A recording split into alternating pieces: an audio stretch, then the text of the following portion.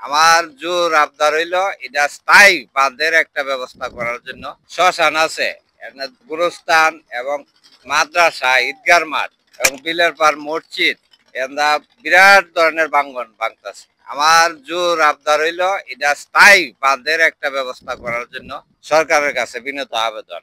আর ওই যে এইদিকে মানে উত্তর দিকে নদীটা খনন করে দিলে সবচেয়ে ভালো হইব। ওই জায়গায় এদিকে সর পয়রা ইট বাটার কিছু মাটি পয়রা এদিকে সর পড়ছে, সর পয়রা মনে করেন এই জায়গাটা বাইরা এই দিক দিয়ে মনে হয় আমাদের এই শ্মশান, গুরুস্থান এবং কবরস্থান সব দিক মনে করেন ভাঙ্গা এই যে চকবাজার পর্যন্ত আনতেছে। হ্যাঁ, পূর্বের থেকে ভাঙন দেখা দিছে, প্রচুর ভাবে ভাঙতেছে।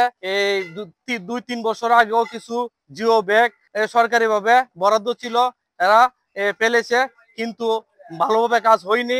আজ রোজ এই জেলা ইঞ্জিনিয়ার এবং ডিস্ট্রিক্ট ইঞ্জিনিয়ার, বিভিন্ন সুরভ বায়ু ছিল, যুব দল, ছাত্র দল, মূল দল ও অনেক ছিল, বাজার কমিটিও ছিল, সবাই মিললে আজকে উদ্বোধন করছে ব্যাগ ফালার জন্য। কালকে থেকে পুরা দমে ফালবে, যত দিন যাবত বাজার সুরক্ষা না দেওয়া যাচ্ছে অতদিন বলা এই বাজারের মধ্যে ব্যাগ ফালবে।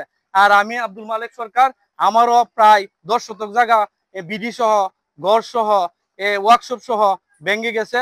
আমি খুব দুঃখিত। আর আজ আমি আনন্দিত যে সরকারে এই আমাদের এখানে চকবাজারে পদক্ষেপ নিছে এবং ব্যাগ ফালার জন্য নির্দেশ দিছে। এটা আমাদের টিউনু ম্যাডামের জন্য এই কাজটা দ্রুত বেগে হচ্ছে। আর বছরে বছর পর পর কিছু জিও বেগায়, কিন্তু স্থায়ী বান্ধের কোনো ব্যবস্থা হয় না।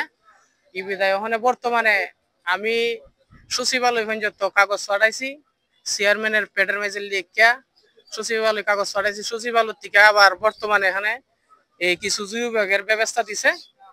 তো আমরা চাই স্থায়ী বান্ধা যাতে যেমন হয়, এটি আমরা কাছে আমরা দাবি করি, দ্রুত গতিতে যাতে যেমন আমরা এই বাঙ্গানরা রক্ষা যেমন করে আর কি। শ্রীনগর উপজেলার একটা ভাঙন কবলিত স্থান হচ্ছে কি চাতলপাড় ইউনিয়নের জায়গাটা।